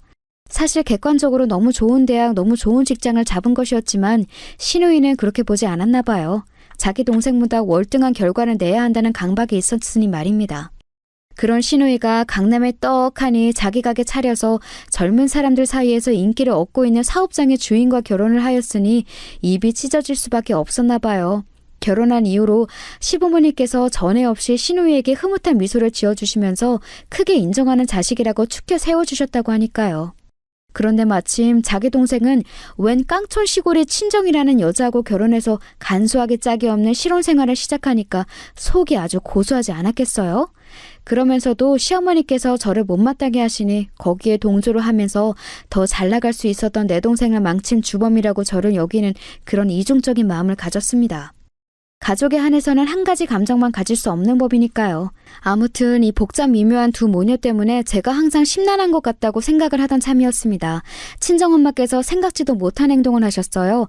결혼하고 직후였던가 아니면 직전이었던가 그때 시댁에 대해 친정 부모님께서 한창 물어보실 때였는데 그러면서 제가 시댁의 집 주소도 알려드린 적이 있었나 봐요. 친정엄마께서 시댁으로 택배를 보내신 겁니다. 직접 정성껏 조금씩 기른 것들로 반찬을 만드셔서 말입니다. 택배를 붙이고 나서 친정엄마께서는 시어머니께 별것 아니지만 솜씨 좀 발휘해봤다. 부담 없이 맛보아 주시라. 간략하게 전화를 드렸다고 합니다. 그랬더니 시어머니께서 아, 예 하고 마시더래요. 갑자기 의욕에 불타셔서 행동에 옮기시기는 했으나 막상 미적지근한 시어머니의 반응을 접하자 그제서야 친정엄마께서는 멋쩍어지셨나 봐요. 괜한 일을 벌인 건가 싶어서 민망해지셨고 일단 저에게도 알려놔야 할 것 같아서 전화를 주었다고 하셨습니다. 여기까지 듣고 나니까 저는 왠지 좌불안석이 되고 말았죠. 그런 건 네 동생이 만나고 있는 참한 아가씨 말 맞다나 돈 주고도 못 사먹는 거니까 사부인께서 어른이 잘 꺼내 드시겠지? 네 생각은 어때? 아마 그러시겠죠? 이것저것 잘 드시는 입맛은 아니시기는 한데 시골에서 직접 기른 것들로 정성스레 반찬을 만들어 보내온 사돈 집안의 성의를 높게 생각해 주실 분이에요. 분명히 아껴가면서 잘 드셔주실 거예요. 아, 그런데 엄마, 다음부터는 저하고 뭔가 상의라도 하시고 그런 걸 보내든지 말든지 하세요. 아, 제가 놀랬잖아요. 아, 그래, 알았어. 내가 의욕이 갑자기 앞서서 열심히 움직여버렸네. 우리 딸 예뻐해 주십사. 그렇게 내가 뇌물이라도 보내고 싶었나 봐. 친정엄마께서 너스레를 떠시는 것에 저도 웃음이 나왔습니다. 하지만 전화를 끊고 나서 속은 착잡했죠. 왜냐하면 아무리 생각을 해보아도 시어머니께서 그 반찬들을 좋은 마음으로 드셔주신다는 그림이 머릿속에 안 그려졌거든요.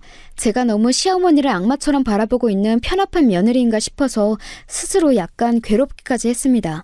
시어머니께 전화를 드려서 반찬 잘 받아보셨냐고 여쭈어볼까 하다가 우선 시누이에게 떠보기로 했어요. 왜냐하면 시누이가 시댁에 들른다고 분명 그랬거든요. 저기 형님, 저번에는 어머님이 미리 다져놓으신 마늘 그거 챙겨 가셨다고 했잖아요. 냉동실에 두고 오래 드실 거라고. 혹시 이번에도 뭐 챙기신 거 있으세요? 올케가 그런 걸 왜 물어봐? 나한테 관심 없다고 나 무시하고 싶다고 온몸으로 외치고 있는 사람이 올케 아니었어? 내 남편이 너무 잘났으니까 내가 부럽고 질투가 나는 걸 일부러 감추려고 그렇게 구는 사람이 올케잖아. 네, 알겠습니다. 다른 걸 여쭤보려고 전화드린 건데 지금은 어렵겠네요. 그런데 시누이가 웬 헛소리만 하는 바람에 소득 없이 전화를 끊을 수밖에 없었죠. 알아가면 알아갈수록 특이한 사람의 시누이 같았어요. 그런 정신 상태는 도저히 종잡을 수가 없었죠. 고민하던 저는 장바구니를 챙겨서 이튿날 시댁으로 향했어요. 친정엄마의 반찬을 워낙 좋아하는 저라서 혹시 받으신 양이 많으면 좀 덜어가려고 한다는 말씀을 드리면 완벽할 것 같았습니다. 실제로 그렇게 챙길 작정이기도 했고요. 모르긴 몰라도 입 짧으신 시어머니께서 감당하시기는 어려울 양일 게 분명했어요. 그런 생각으로 도착한 시댁에서 저는 미심쩍은 정황을 포착하고 말았습니다. 시어머니께서는 지인분과 한창 통화 중이셔서 제가 들어서자 눈인사만 보내오셨고요. 그래서 저는 슬그머니 부엌으로 가서 친정엄마의 반찬을 확인했습니다. 그런데 없는 거예요. 아무리 살펴봐도 친정엄마께서 보내셨다는 그것들이 보이지 않았습니다. 시원한 날씨임에도 얼음팩을 2중 3중으로 싸서 보내셨다고 했으니 분명히 냉장 보관이 되어 있어야 할 반찬들이었거든요. 고개를 갸웃거리던 저는 내다 놓으려고 입구를 꽉 묶어 놓은 쓰레기 봉투에서 시선이 멈추었습니다. 반투명해서 안이 비치는 쓰레기 봉투에서 보이는 것은 친정엄마께서 사용하셨을 법한 보자기였습니다. 저는 홀린 듯이 쓰레기 봉투를 열어 그것을 확인하고 말았어요. 그리고 참담해졌죠. 마침 통화를 끝낸 시어머니께서 저를 찾아 이쪽으로 오셨다가 화들짝 놀라셨습니다. 너는 그걸 왜 찾아보고 그래? 별로 달갑지도 않은 걸 네 엄마가 멋대로 보내오니까 나는 별 수 없었어. 사돈인데 네 엄마라뇨? 대체 왜 별 수가 없으셨어요? 안 되실 거면 저에게 주신다는 선택지도 있으셨잖아요. 너한테 주면 우리 아들 입에도 그게 들어갈까 봐서 그랬다. 왜? 하여간에 괜히 시골 것하고 엮여서 내가 별거를 다 보겠네. 아유 귀찮아. 아유 정신없어.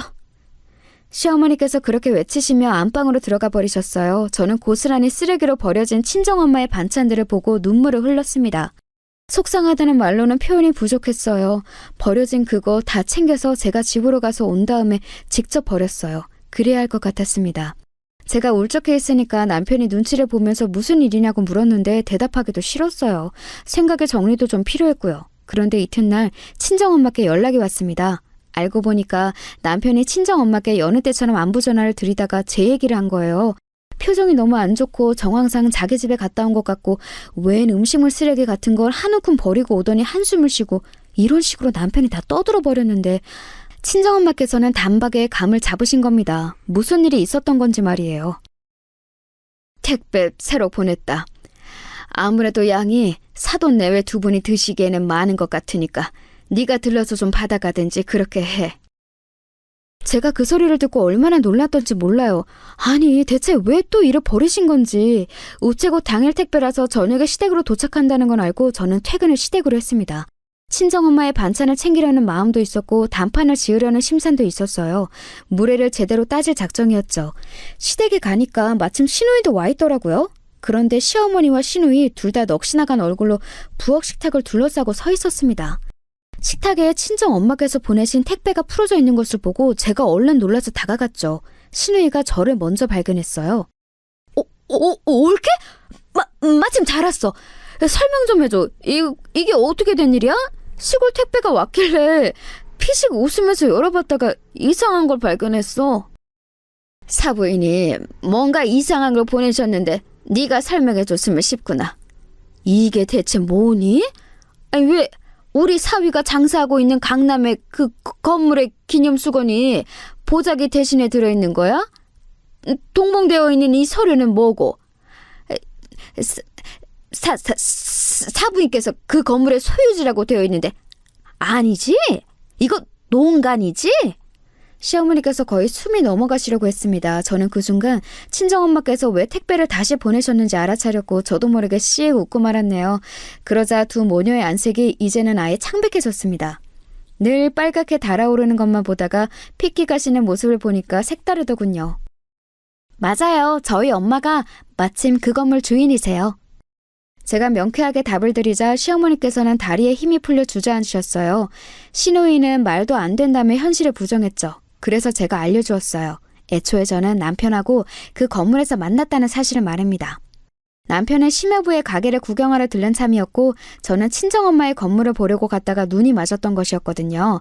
건물 부자도 맞고 땅 부자도 맞다는 말까지 덧붙였더니 이번에는 시누이가 반쯤 눈동자를 뒤집으면서 주저앉았어요.